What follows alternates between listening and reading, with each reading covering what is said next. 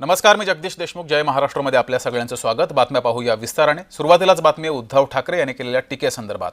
राज्यात सरकार प्रचारासाठी फिरते असं उद्धव ठाकरे यांनी म्हटलंय. मंत्री शेतकऱ्यांमध्ये बसत नाहीत, पैसे वाटून मतं मागितली जात आहेत. निवडणुकीमध्ये पैशाचा पाऊस पडणार आहे. प्रचारात सत्तेचा सरकारचा माज दिसतोय असंही उद्धव ठाकरे यांनी म्हटलंय.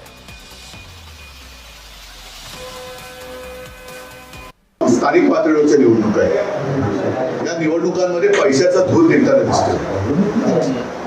आज सुद्धा सामनाचा अग्रलेख आपण वाचला असाल, त्याच्यात देखील याचा उल्लेख केलेला आहे.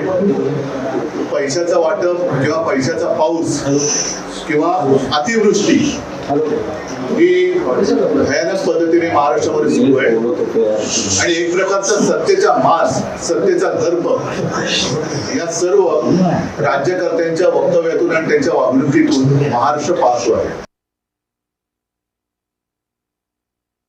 हे घरदार सोडून फिरतायत, घरोदारी फिरतायत, पण ज्यांचं ऐकायला पाहिजे म्हणजे ना धड शेतकऱ्यांचं ऐकत आहे, ना शहरातल्या नागरिकांचं ऐकत आहे. वारे माप नुसता पैसा उधळला जातोय. हा पैसा येतो कुठून याचं उत्तर कोणाकडेच नाहीये. ते दिसतंय सगळ्यांना.